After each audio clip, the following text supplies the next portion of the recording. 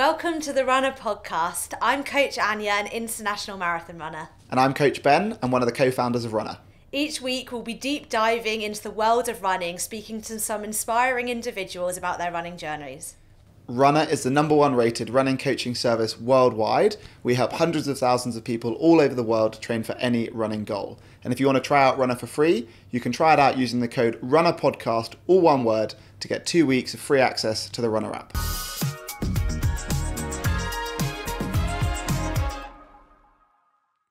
Today on the podcast we have the amazing Sophie Grace Holmes, who's here to talk about her journey into running, from overcoming every challenge that is put in front of her, from medical diagnoses to breaking world records and achieving some of the most amazing ultra endurance challenges there are out there. I'm really excited for this one. Let's get into it. Hello, Sophie. Thank you so much for coming to join us on the podcast. How are you? Hello. I'm really well, thank you. How are you both? So you're both glowing. I feel like I'm half asleep doing. I do a club cycle ride on a Wednesday morning at the crack of dawn, but no, having a great day. Yeah, I'm good too. I've been for some this morning. Amazing. Yeah, but no, we wanna learn all about you, and I guess to set the scene, we want to understand how you got into running and fitness on day one, and I guess there's an extra bit of context that we'd love you to tell us about, which is kind of a medical diagnosis as well. Yeah, so my running journey is probably quite different to some of the other people that you've spoken to, because I was born with a life-threatening lung disease called cystic fibrosis. And for context, for people that don't know, CF is probably one of the least glamorous diseases that you can have, because it's to do with the build-up of thick, sticky mucus within your body, predominantly your lungs, which can then lead to lung damage and short to life. So when I was born, my parents were told I wouldn't make 16 years old. But where I was so fortunate is the fact that my dad is a runner, or was a runner, and he's run marathons and done all kinds of things. And he understood the importance of keeping your lungs healthy and well. And so my running journey actually started on track, running 400 meters, ended up doing a tiny bit for GB, which was cool, and then turned into endurance when I got really unwell when I was 19. So very different from track to endurance, but to be honest, I couldn't be more grateful for that journey. Wow. And so to think that like you're at a disadvantage with this kind of condition, to then be able to run kind of at a national level is unbelievable. Yeah, I mean, it's one of those things where when I was growing up, I would never hide my CF, but I never told my coach, because I'm so worried he'd say, oh, we can't push him too hard. And being told for the whole of my life that I never achieved anything, because one, I potentially would beat here, or two, because CF would hold me back too much, especially when it comes down to something like running. I just wanted to see what I could achieve as Sophie, because CF will never be my definition. It's a small part of me, and it's a big driver for me to achieve and do all these things, especially because my passion does lie in running. But I'm so afraid that he would not push me like anyone else. But by doing that, it did mean that I was able to live in the moment on the track of normality. And it got to a point where the people that I was racing on the track, the men, were the only people that I could race, because I was too fast for the women of that group. And so it was a phenomenal experience to actually be treated as Sophie, not, oh, she's got a lung disease, we best be careful. And so did you do a lot of running with your dad growing up? Yeah, so I still remember running my first mile, because I remember him going, it's all well and good, like you do these laps around the track, well, let's see what happens when you run a bit further. And so he took me out. It was a rainy day. I remember really refusing to ask, I don't want to go, it's raining. You know, you're a teenager, like everything's, you try and not struggle through everything. And then, yeah, I did the first mile. And then in my head, I was like, well, I can do a mile, and how many miles I can do. Wow. And did you then continue running with your dad indefinitely? And do you still run with your dad now? Yeah, so we've done a few races that he did. The Robots Marathon, which was my first ever half marathon that I did when I was really unwell and I only had a 50% lung function. And I remember him say to me at the end, he was like, I can't believe that you still beat me. Like, he's done racing and done the London Marathon, the Disney Marathon, all these different marathons around the world. And so you beat me and you're not even that well. But part of me doing all this running was obviously to facilitate my lungs getting better and my health improving. And although we don't run now, he supported me through my latest challenge and was there every single day, come rain or shine. So although he doesn't run, he's still a big part of my running journey. Yeah, well, we're looking forward to diving into some of these amazing achievements that you've gone on to do. And so in those kind of like teenage years, obviously you said how important it was to look after your health, look after your lungs. Was it just running? Was there anything else that you were doing that you could do to really put yourself in the best kind of position possible? Yeah, so I did actually do a small amount of strength training, even though back then, like, it wasn't something that was kind of recommended, was it? And I also had a horse, so I used to compete him every other weekend. So I was always busy, always active. Like, I thrive of being outside, even if it is raining and windy. And I think it does so much for your physical and mental health that I notice if I haven't done something outside or done a form of exercise. And so I was very fortunate that I loved trying out all kinds of things. And then alongside that, I used to do a bit of swimming, so which I still do. Yeah, so you were doing all of this exercise to help your lung function, but I guess also because you clearly love it, like you clearly did so much, and it clearly brings, it's like whole holistic reasons why you do it. Yeah, and I feel actually so fortunate that I've been that person to enjoy it, because I think it must be so hard when you want to try and enjoy a sport, or you want to be sporty when you're younger and it's just not there, or you just haven't found the right sport or the right environment to help you enjoy it. Whereas I just wanted to do everything. I'm still a bit like that now. I just want to be good at everything. But, it has facilitated my health, and especially at a time when the doctors weren't sure that fitness and sport was good for someone with a lung disease, because they were so afraid to encourage me to do it in case it did the opposite, which is where I think, again, environments come in. Because when I did become unwell when I was 19 and got told I had 2 years to live, I worked alongside a couple of incredible people who just believed that it would help, and it did help, and it kind of then what pushed me into my career and everything else that I've done since then. So is there a part of you that you're trying to prove people wrong? They said this couldn't be possible. Oh, absolutely. I'm that person. And deep down, if you turn around and said to me, oh, I bet you couldn't do this, I'd go and probably try and do it right now. Well, we almost should start to talk about some of these world firsts and world records that you've gone on to achieve, because it is truly inspirational. I guess, what was the first event or half marathon type thing that you did in this journey? Was it the Royal Parks half with your dad, or what was the first kind of endurance goal that you worked towards? So the first half marathon was that one, and that was just as I was beginning to become unwell. And I remember thinking, something like this would motivate me. It's going to be surrounded by like lots of people who are still going to be having struggles, because it's a race and it's hard, and if you're pushing yourself, even being like the most phenomenal runners like yourselves, like, it's still hard to race, isn't it? You still have the same struggles, but just in a different capacity. And so that was my first one. And then after that, when the doctors kind of were like, well, we've tried everything, I guess CF will win. I was like, well, no, it's not. I'm going to draw up a load of things that I want to try and achieve and try and experience. If life's going to be short, let's make the most of it. And I went to climb Kilimanjaro.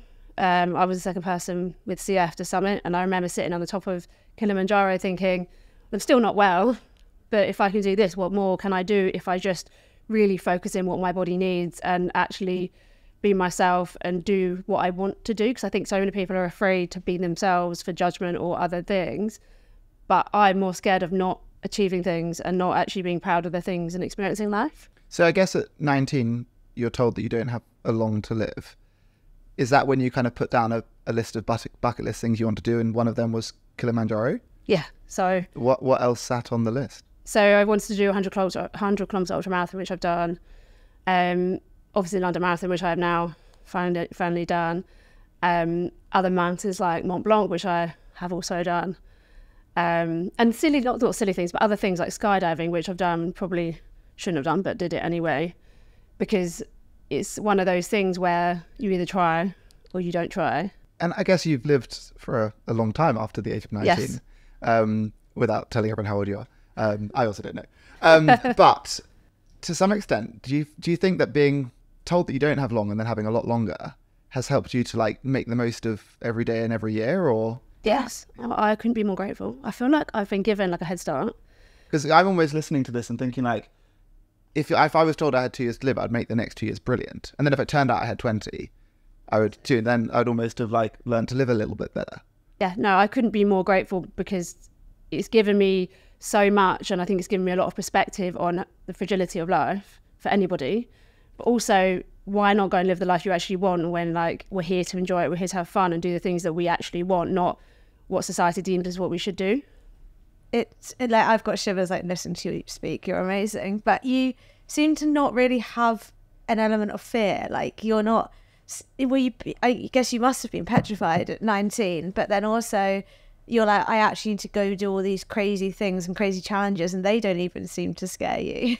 I mean, deep down there are, don't get me wrong, when I stood on the London Marathon start line this year, I was like, oh, well, this is it, isn't it? But I think I quite liked being in that space of fear, because I think it tests your want for the achievement, it tests your capabilities, you really kind of find out who you are when you're in the depth of trying to achieve something, or especially when you've trained for 6 months or however long it was, and then you're here, you've made it. And I think it's like proof that you can do things, you can do hard things, and more than, say, the predictions of what other people expect. Because I think a lot of the things that I have gone after, there's only been 1 or 2 people that have ever believed that it was possible, right? For example, when we worked together to do the Ultra Ironman, you were probably one of the only people who said, you can do that. So let's take our way to that point. So you did the half marathon with your dad. What came next? So after that, I did the 100 kilometre ultra marathon, which naively went in without any training. Who does that? Just me. Do you know what? It wasn't as bad as it could have been. It wasn't as good as it could have been. I did the Race to the Stones, but I finished in under 20 hours, which for someone who wasn't trained with a lung disease and forgot the waterproofs and didn't have the right trainers on, it's okay. And it was okay enough that it didn't put you off running? No. Did you enjoy it? Do you know what I did? I don't know if I probably, if I was going to do something, I'd obviously train for it, but I have so many other running goals that I want to hit than that one. So yeah, so I did that. And then I don't know if you've ever heard of the Ragnar relays. No. So it was a 200-mile relay around the coast, around Dover, down to Brighton. So I did that shortly after, and that one actually landed just after me being in hospital. But I was like, oh, how hard can it be? Just been in hospital for 2 weeks, but let's go. Do you almost find that like it's harder being in hospital and dealing with the condition than it is just running all day? That like running all day now seems easy? Yeah, definitely. And fortunately for me, the staff in the hospital knew me well enough, and they let me go running around Hyde Park, so I kind of escaped hospital for as much as I could within the reason. And then after that, I went and climbed Mont Blanc, and then took a bit of a turn and did a boxing fight, white collar boxing fight, which I'd never boxed before, and then 8 weeks later was standing in the ring, which was an interesting experience. Did you win? Sadly, no. But the person that did win was Flora, and it was actually an amazing... So we've actually interviewed Flora on the podcast. It was an amazing You've fight. got a longer arm than Flora, don't you? I might be taller than her, yeah. Yeah. Was it like a points, or did you get knocked out? I didn't get knocked out. Okay. It was just a points thing. Okay. But it was an amazing experience to have. Honestly, everything you're rattling off are just unbelievable experiences that most people never have in a lifetime. Yeah, I think the beauty of it is, like, although like my focus is now I want to be a faster runner, I've done so many diverse things, and sometimes it's so easy to forget the things you've done. Like one of my most favourite ones was an 80-mile paddleboard race from the Bahamas to Florida, which is a long way. It's crazy. And you do it through the night, and like... Does that not make your laps of Battersea Park seem really boring? Yeah, like you must say yes to absolutely everything. I love it. Yeah, so that was, I think, one of my favourite ones, because we started in Thunder and Lightning, which is so me, by the way. Like anything I try and do, it always rains. It's like it's an ongoing joke with my clients, but like, I'm never racing with you because it always rains. Like my last marathon of 36, it was monsoon rain. But for this one, the rain cleared when the sun came up, and so you're in the middle of the ocean, obviously with other paddlers and your support boats, but all you could see was the horizon. And I think for me, that was such a moment of just being like, it just shows if you say yes and you go after things, that you have these experiences and people can't take that away from you. Wow. And so I guess next up, did anything come that we want to shout out before Lake Como? Not of huge significance, obviously just little races and fun things. Nice. Okay, so you reached out to me with a grand idea. Yes. What was that? So I wanted to do an Ultra Ironman just because. So I did an Ironman. So that was an Ironman wasn't long enough? Well, I think the problem with me is like I like to be a bit different, which I think is a good thing, because you don't want to be like everyone else. And I just thought to myself, like, what if I could? Like, it's going to be a long day and it's going to be hard and maybe I won't make it. But what happens if I get the right support? And it could just be an incredible experience. And at the time, I needed something to get my teeth into. Like, I realised more than ever that I thrive off of having goals and things in the diary, and that's how I like to train, and that's what gets me going. And I hadn't done anything for a little while since I did the Ironman at home in COVID, I think it must have been, as you do it again. That's like, just brush past that. That's so easy. Yeah, nothing of significance. Just did an Ironman, but anyway. So then I was like, I wonder what I could do, and then I thought, how about doing it in a place I love to go to, and I haven't been for a while, Lake Como, and that's where it was born.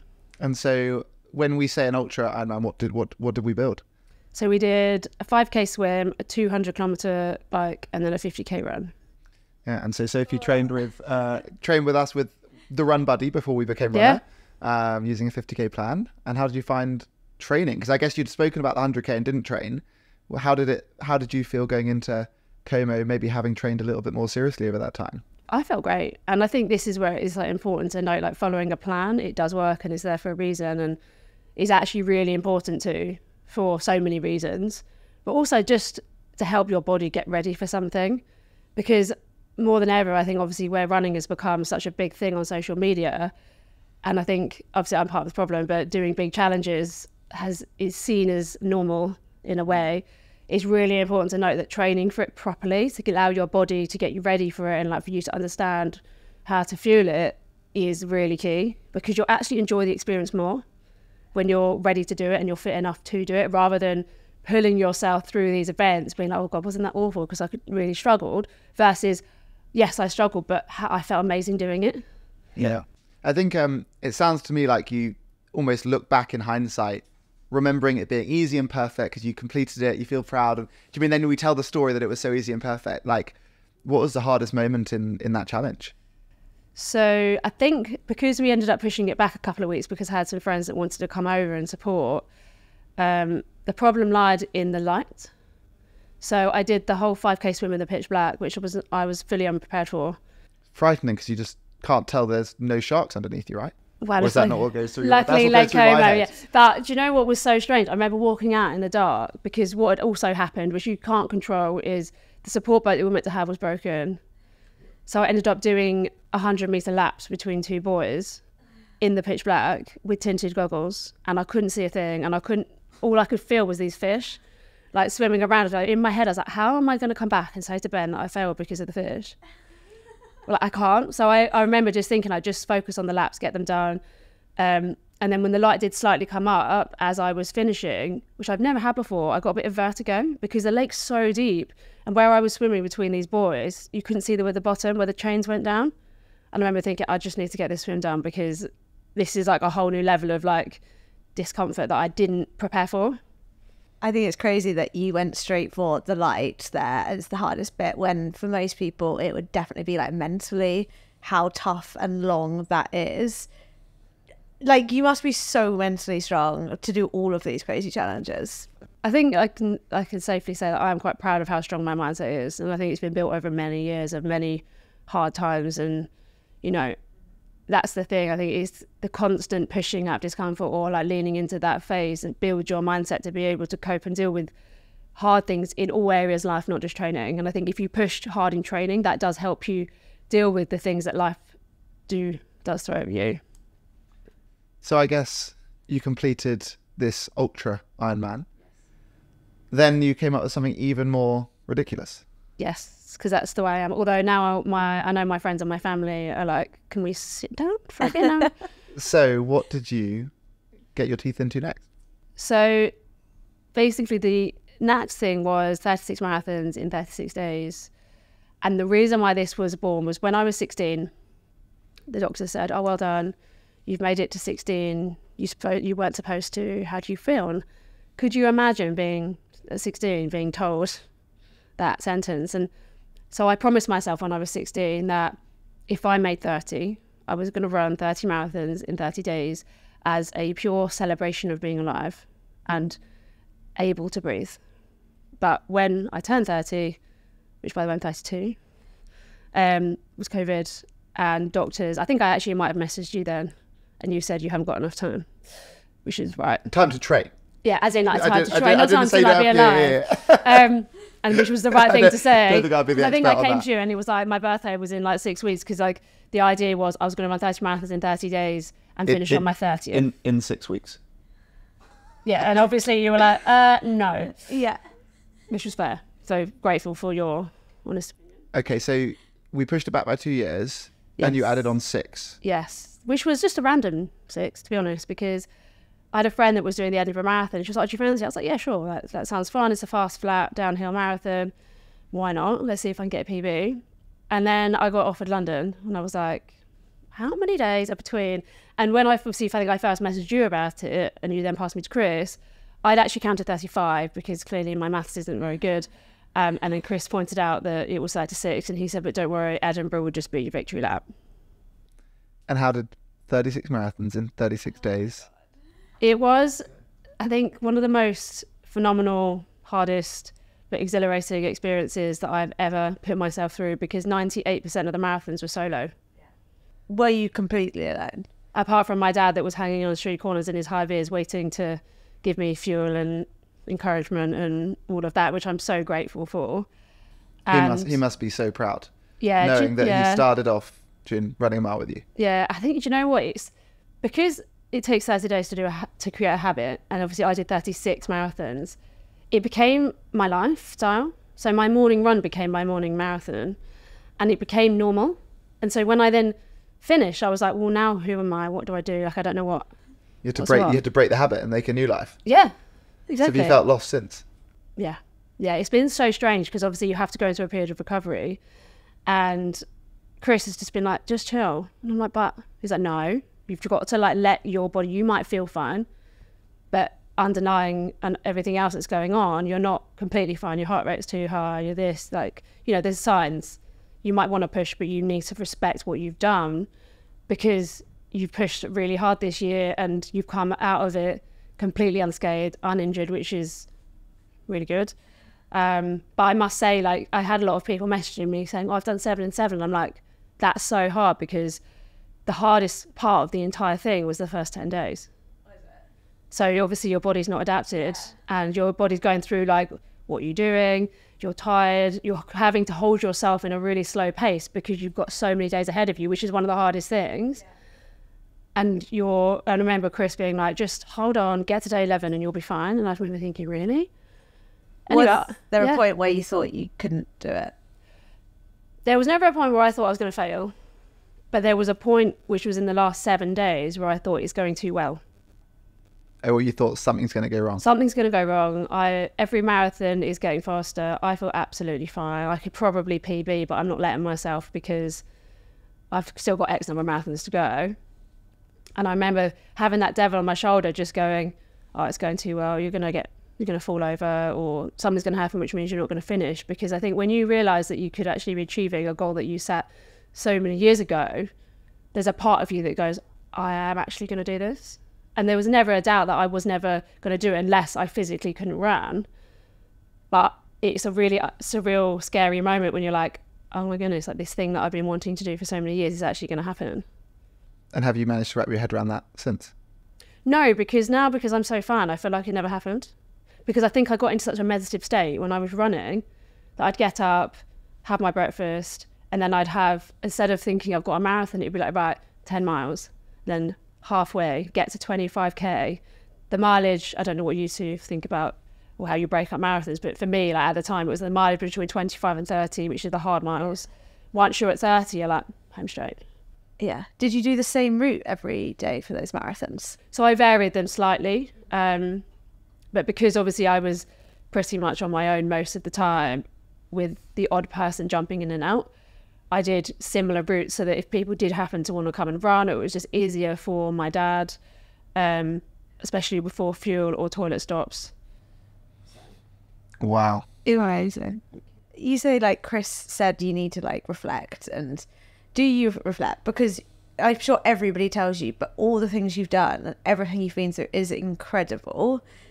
It, like, surely you have to take 2 steps back sometimes and be like, wow, I'm really cool. That was too kind. I have been reflecting more recently because I think it's really important too, because we live in a society where it's like done next, and I'm been like that and even like now I'm like, oh, I wonder what, but I think it's really key to understand your own achievements understand what it took, and also, you know, enjoy it. Because I think sometimes we're too afraid to enjoy the things that we have achieved and think, oh, but what's better and what's bigger and what do we need to do next, to kind of keep showing what can be done. But also what I've realised as well is, which I'm also grateful for, even if it was maybe not the right thing, the reason why I did all these big challenges initially was because I thought when I was younger, if I didn't do these big things that pushed me beyond belief, I'd die. Whereas now, I am not going to die if I don't do them. But I get to do them and enjoy them in a completely different way, because they're not done under the thought of, well, if I don't do them, I won't survive. Do you now, I mean, you built your bucket list and you've clearly ticked everything off and then kept adding to it. Do you think now you just need to keep thinking of crazy, wonderful, wacky ideas, or do you now just live as a normal person doing 5K runs? Like what's next? So I've got a few goals that I want to achieve with my running in the next couple of years. I want to become a faster marathon runner. I've never actually raced a marathon, so I don't really know what my actual PB would be, because have you got one in mind that you want to I want to go sub 3:30 first, but obviously the only time I've ever actually run official marathons was in the build up to this challenge, which I wasn't allowed to race them. So it's really hard, isn't it? Because I don't really know what my capacity is. I mean, you're an amazing example. So, but I think for me, like, I'd love to become a faster marathon runner. I've got New York at the end of the year, so although it's quite a hard marathon to get a good PB on, I've been told. Yeah, there's a few bridges in there.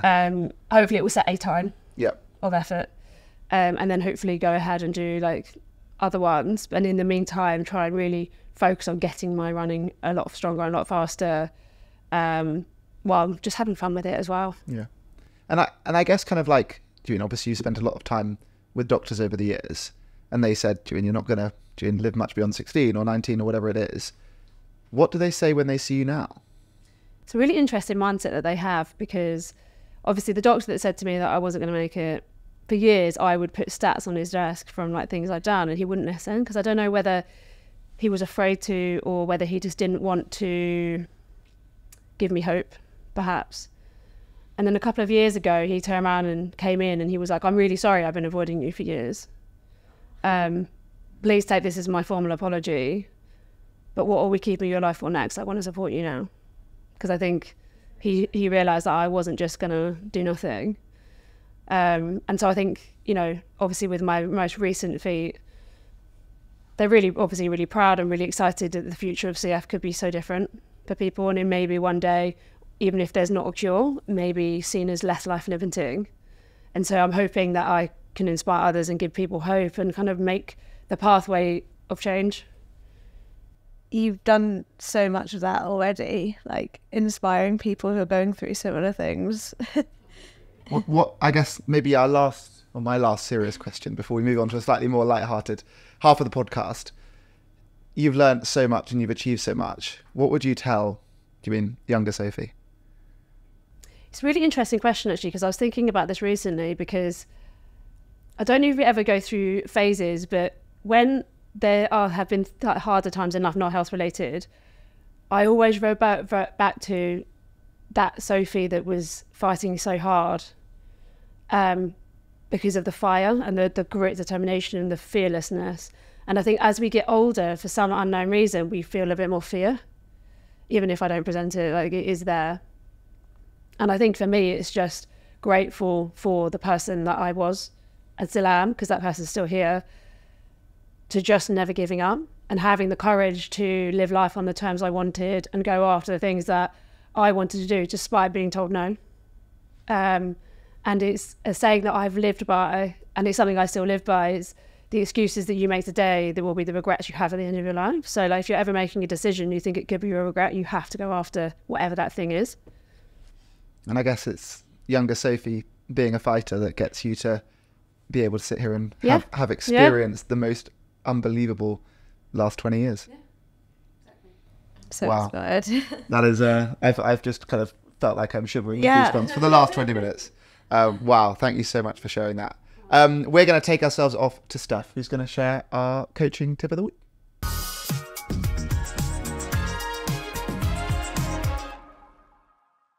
My top tip today is on sleep and recovery. We can train hard, we can stretch, we can eat well, but if our sleep starts to suffer, then this can lead to picking up an injury or getting fatigued. When you're approaching your big race, really try and prioritise that 8 hours of sleep a night. That might be having to say no to some social occasions, but if you can get the balance right, it means you'll recover well and get the most out of your training. If you feel like the fatigue and lack of sleep is catching up on you, don't be afraid to skip the odd run here or there and recover well.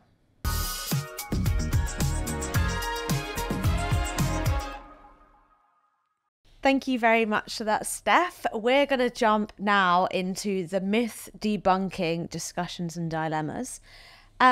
Ben, I'll start with you. What is your favourite snack during a big training block? So it needs to have like nutritional value to help your training. And we're thinking snack in like kind of in between workouts or in a workout?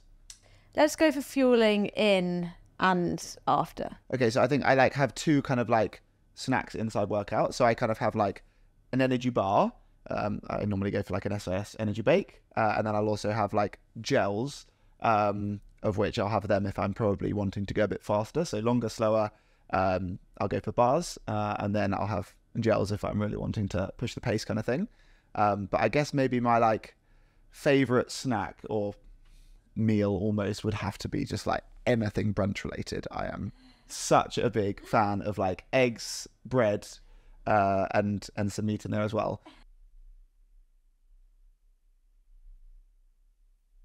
Well, as you said, I think it depends on what you're doing, but for the marathons, malt loaf actually saved my life, I actually believe, which is a really random one. Although it's got good nutritional value, it gave me the energy I needed to get through 36 marathons. But if I was racing or shorter, it definitely would just be gels, just out of ease, just because they're quick responding, and obviously you don't want to be standing on the sideline buttering your malt loaf, do you, in the middle of a race? And what's your kind of favourite meal in the middle of a training block in between your workouts? Do you know what? I really love a shakshuka. Okay. Have you ever had one? No. Yeah. Brunch again. It's brunch, but it's like eggs, but with like a spicy sauce and like bread, and you dip it in, and oh, that's great. Sounds like a kind of a European or a... Yeah. Okay. I think you'd like it. No, it does sound good. Can we go to get one of these Yeah. for lunch this afternoon? Okay, nice. What's up next? How to get a sub 20-minute 5K? Do you have any like great training sessions or tips? Well, I think the answer to this really is that like, we all, or so many people pick numbers, and you even said it yourself, a 3:30 marathon, and like, I know you're a 2:34 one day, maybe 2:30 to go, whatever it's going to be. We all pick these arbitrary times, but relatively, we just need to do the same thing. Like, we need to train. First of all, we need to find a way to love it as much as you do. And if you can love what you're working towards, so that you stick at doing it for a long time, you'll become amazing. Like the best pianists play piano for 20 years, and then they're better than everyone else who played for 15 years and gave up. So I think the first and most important thing is to learn to love it, and to be consistent for a long time. Obviously, to get faster at running, like we tell you all the time, you want to vary your training. You want to be doing some easy stuff, some faster stuff. You want to be taking easy weeks. You want to be building up gradually. You want to be doing some strength and conditioning, doing your mobility stuff. But at the end of the day, any able-bodied person can go on to run a 20-minute 5K. If you're at 30 minutes now, if you're at 35 minutes now, or if you're at 22 minutes now, you just need to make a consistent habit and keep working at it, and gradually you'll get better. And I think like, whether it's 20, whether it's 18, whether it's 25, it's the same answer. Anyway, that's my perspective, my philosophy. Do you have anything you'd add to that?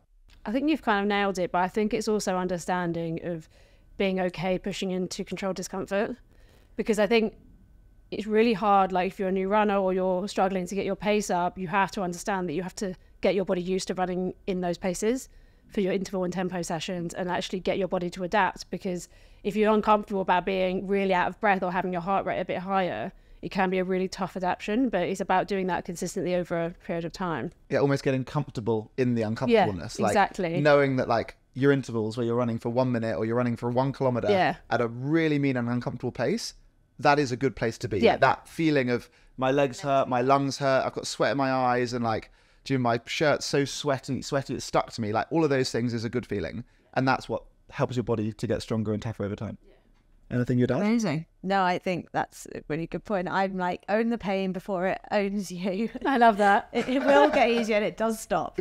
Although, to be fair, Do you mean if you're a 22-minute 5K runner looking for a 20-minute 5K, you'll get there and then you'll be looking for an 18, and it's never going to get easier. It's true. And exactly to what you said as well. Like it never changes. Like we're all in the same boat. Like you're doing your first half marathon, you're doing it with your dad, and you're doing it because you know there's going to be everyone else around you pushing you on. And I think like, do you mean whether it's a half marathon, whether it's park run, I think that's this amazing thing is that we all stand on the start line, and assuming we're racing, some people will go out and have a fun run, but we're all going to feel the same. We're going to run 5K at park run, and it's going to feel absolutely horrible, but fantastic at the same time. And for someone it's going to take 35 minutes, for someone it's going to take an hour, for someone it's going to take 15 minutes, but we're all in the same boat. And then we finish, and it's that kind of sense of doing shared achievement is that amazing feeling.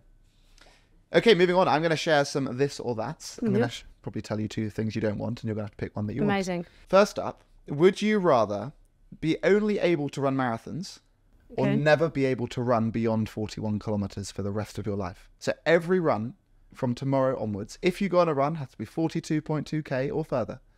Or you can run whenever you like, but never past 41k. Oh, I've got 2 answers to this. One, there's a part of me that wonders how many days I could run marathons for. But you don't have to do them every day. As in, if you go on a run, it has to be a marathon, but you don't have to do one every day. Oh, okay. So it's like... I thought you were telling me about to run marathons every day for the rest of my life. No. So it's like whenever you run for the rest of your life, it's a marathon distance, or you can't go running that day. Or whenever you go running, it is any distance of your choosing, but you could never run a marathon for the rest of your I life. could never do an ultra. I think I'll take the marathons. Really? Just because I'll never get to otherwise understand how fast I can run a marathon. Although you might not run the fastest marathon if the only way you can train is by running 42.2 kilometers or more.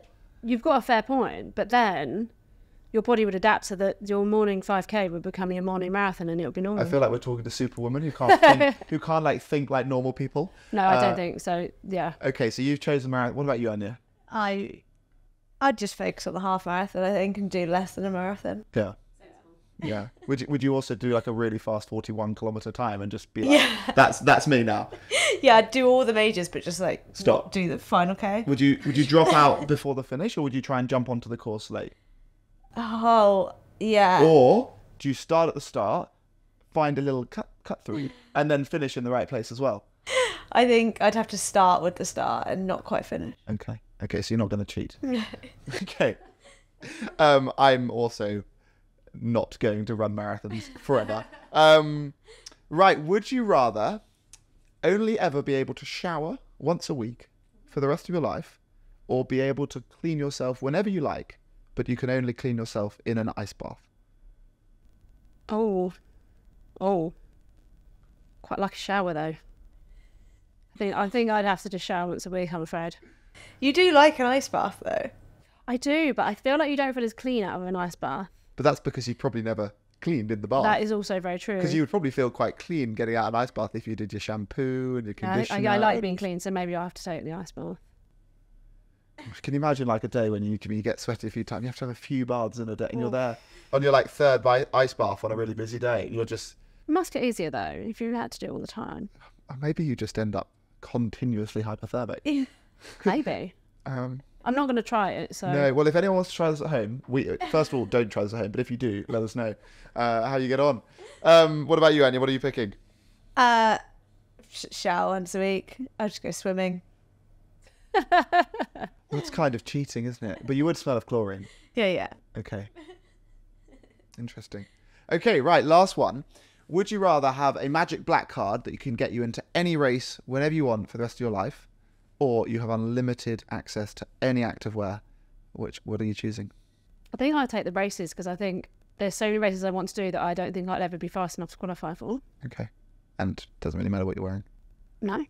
Just run at anything, can't you? Yeah. I think you've kind of proved that it's experiences over possessions, right? Yeah. Nice. What about yourself? I was going to say probably clothes, but now I'm like, I could just go and do the Olympics. I'll come last, but I Exactly. Oh, but is that not...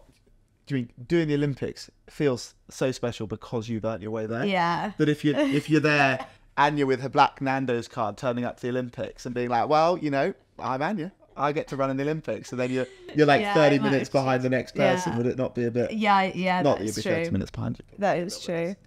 That is true. But still, it would be really cool just to be able to go to any race. Nice. Would you go to like like, I don't know, a 10-year-old sports day and just win because you can interact. Yeah. You could go to like the mums and dads race knowing that like you're probably a bit too good. Yeah, they won't be able to ask me. But you're allowed to enter. Yeah, Tony. Would you also turn up to like the F1 and just drive a McLaren around? Yeah, it doesn't Exactly. say running race. That's so cool. You could do anything. Tour de France. You could be like a But they're on horse. You 100 could miles enter a back. horse race with horses. Yeah. And his new career. Okay, so basically what we're saying is we're all choosing unlimited races, and I've now taken it slightly off script. Yeah. Cool. Ben's going to be synchronised. So how can we swimming. make this happen then? Yeah, if you're a horse racing company and you want to see Anya jump over some hedges, let us know. I think you would, you know. Yeah, people do that. Yeah. Horsing. Okay, so we have been sent in an embarrassing story, which I'm going to read out, and we can give our little reaction. And we might ask you for your most embarrassing running story after, Yeah. if you've got one that you want to share. Yeah. Okay, I was about 3 miles from home, running through a park, when I felt a sudden cold draft in my nether regions. I had a quick look, and sure enough, I had ripped my shorts from seam to... I had ripped my shorts along the seam from butt crack to crotch. Unfortunately, I wasn't commando, but... Unfortunately. Fortunately, I wasn't commando. Fortunately, I wasn't commando, but it was still a very long, awkward run home. Wow. That'd be breezy, wouldn't it? Especially if they were like floaty shorts. If it was a summer's day, it could almost come in handy. They'd call you down, right now. A lot of shorts have like built-in knickers, and that would be really worrying if they ripped. What, the whole thing? Yeah. Oh, because you don't have any spare. Be like a tri-suit coming under. Would you run still? Would you I know just like a walk? lot of guys in like... Well, surely if you walk, you're going to be spotted for twice as long. Or you could kind of like walk you with feel your like legs tight shuffling, together. A Would lot you of guys change your form? don't wear pants with half tights. I don't wear pants with any training clothes. I'm wearing pants today. I feel like it might be worse for a guy though if this happened to a guy dressed as a girl. If you run fast enough, they don't get to see it. It'll just be a blur. It's a motivation to get a good tempo session, I guess. Well, let's hope this doesn't happen to any of us. Anyway, well, let's not read out the brand of shorts they were in and humiliate them. Do you have any embarrassing running stories you want to share? Well, unfortunately, yes, because I've done a lot of running recently. And when you're running consecutive marathons and eating as much as you are, your digestive system is not kind to you sometimes. And so So like we kind of know where this is going. I had to have a lot of wild moments Yeah. out when I was running. Fortunately, never caught. But unfortunately for me, there were a lot of times where I'd plan routes with toilets that were shut, that were actually locked. And so what do you do? Do you go in your shorts or do you find somewhere? Wait, does anyone consider going? No, I didn't, obviously. But But when you're in I a didn't- residential area, imagine if you were around here. I've never considered. Just doing it in my shorts. To be fair, I know someone that he'll run marathons in shorts, which if by any chance he does poop himself, Well, we've got you'll like a see little- the shorts. because he just can't stop in a marathon. Because he just won't sacrifice the time. Yeah, But I feel like the kind of like friction and chafe situation afterwards would probably weigh you down by more. Yeah, I think it's like one of the probably biggest runners' fears. I mean, I'm over the fear now because I've had to go through the situation, but What's interesting? I mean, you've got some lovely dogs. What's interesting about going to the loo on a run is that if your dog went to the loo, you'd pick it up. Yeah. But presumably you wouldn't pick up your wild poos afterwards. I can't say I did. But I think one of the worst ones was I was only about 3k from home, but I'd already left for the day, so I had to just find like a path underneath of one of the busiest roads where I live. And then you left it there. I would only pick up a dog poo if it was on the pavement. I also didn't have In- a bag, so like It's on the Oh, I've grown up with dogs in Richmond Park where you pick up the poos anywhere because that's Richmond Park. yeah. But then saying that, I have also been to the loo in Richmond Park and left it there. Anyway, I think we should stop and move this conversation swiftly on. Well, we're on to our final question. Okay, so we've now had quite a lot of poo and naked chat, but we're going to bring it on from poo to naked chat. You're on the start line of your marathon. You're hunting a 3:30. you're completely naked and you can bring 3 things with you, what are the 3 things you're bringing to your marathon? Trainers. Mm-hmm. Yeah. What shoes? Carbon shoes, trail shoes, carbon shoes. Okay. Nice. You wearing some socks with those shoes? I think so, because I think for me right now, the most important thing is the time. Okay, so we're now 2 items down and we've not even got past the ankle. And some gels, they're important. Okay, so you're literally in socks, shoes and gels. Yep. Interesting. Could you I feel like imagine? there's quite a few Could you items. imagine how many times you get arrested?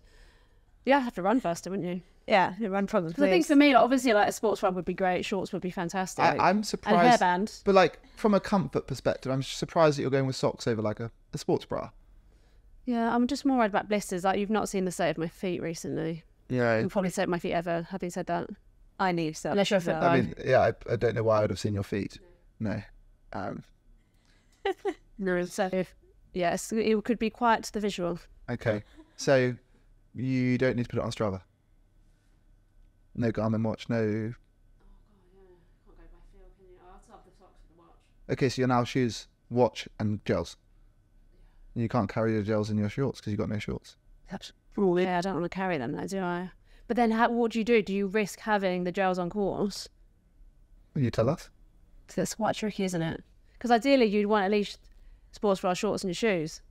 Sports bra, But then shorts you'd want and to shoes. watch, so that's 4, so then it doesn't work, does Well, it? and you've got no gels at the moment because you're in sports bra, shorts and shoes with Yeah. a watch. Yeah, it's complicated. Okay, that's why it's a very hard question. Save the best till last. In conclusion, what are your 3 items? What shoes in a sports bra?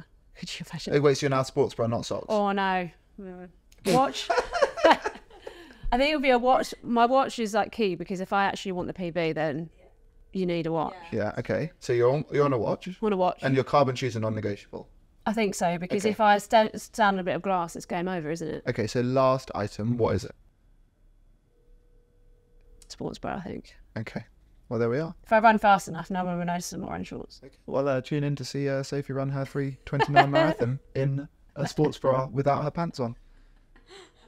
Thank you very much for genuinely sharing what is an incredible journey, and we cannot wait to keep our eyes on wherever the journey takes you next. Thank you. It's been an absolute pleasure. Thank you. It's so inspired. Today's podcast is brought to you by Runna. If you want to train for any running goal, please download the app, and don't forget you can use the code Runna Podcast for a 2-week free trial. If you enjoyed today's episode, please like, share, follow, do all of that nonsense, and we'll be back here next week. And if you want to be featured, send us your embarrassing running story. Either send us a voice note on Instagram or send us an email to podcast@runner.com so that we can have a good laugh at your expense in Runner HQ and share it on one of the next episodes.